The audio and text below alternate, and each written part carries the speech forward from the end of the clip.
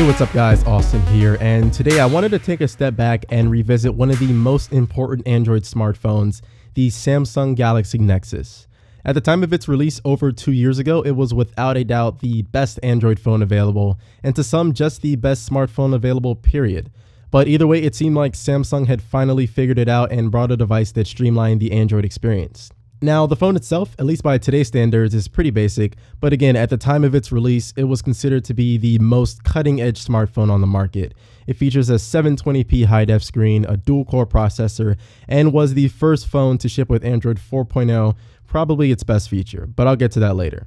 Starting off with the most hyped feature of the Galaxy Nexus, it sports a 4.65-inch 1280 by 720 HD resolution Super AMOLED display.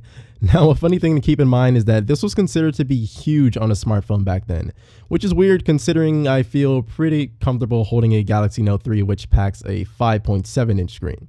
Anyways, the 720p was the highest resolution found on a smartphone at the time, and as a result was mind-blowingly impressive, and it is still pretty impressive. At this size, there is still a good amount of detail and sharpness, and it presents the beautiful saturated colors we have come to expect from an AMOLED screen, if you're into that kind of thing.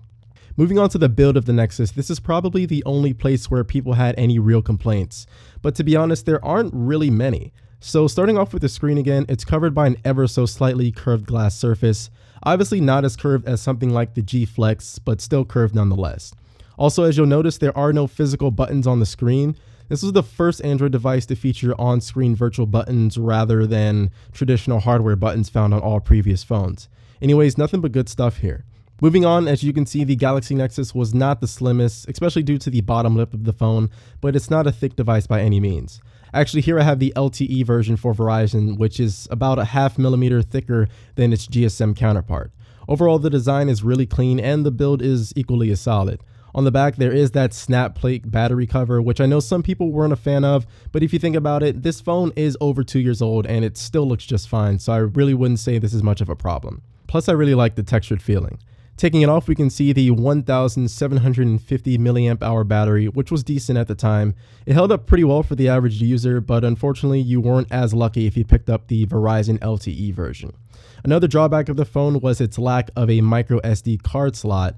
Now, this was a weird move from Samsung considering it was their flagship device, but it did come in a 32 gig option, which tends to be enough for most people. Now, also inside here is a 1.2 GHz dual-core processor, a gig of RAM, and a 5 megapixel camera, which wasn't too bad, but none of these are really critical features of the phone. The most important feature of the Samsung Galaxy Nexus was Android 4.0 Ice Cream Sandwich.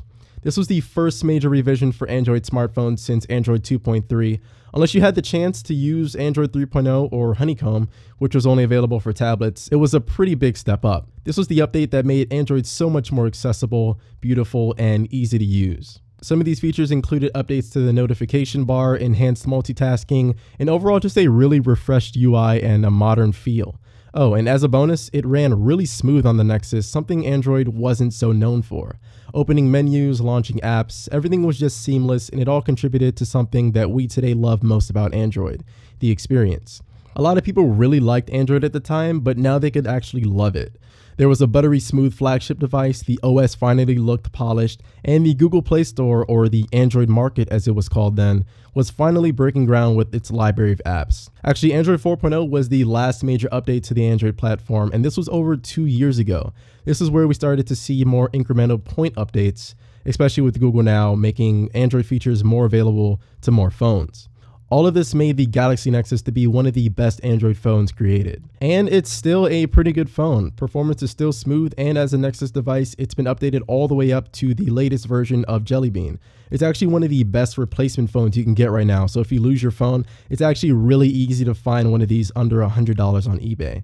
Oh, and if you haven't noticed, yes, it can run KitKat, and yes, it does run pretty smooth. I'll leave some links in the description showing you how to get 4.4, but it's actually pretty simple. You can get it as long as you're running at least 4.1, and you don't even have to root your phone. So yeah, I'd say the Galaxy Nexus has definitely stood the test of time. Anyways, let me know your thoughts in the comments below. If you guys liked the video, be sure to throw me a thumbs up and subscribe if you haven't already. Thank you so much for watching, and I'll catch you guys in the next video.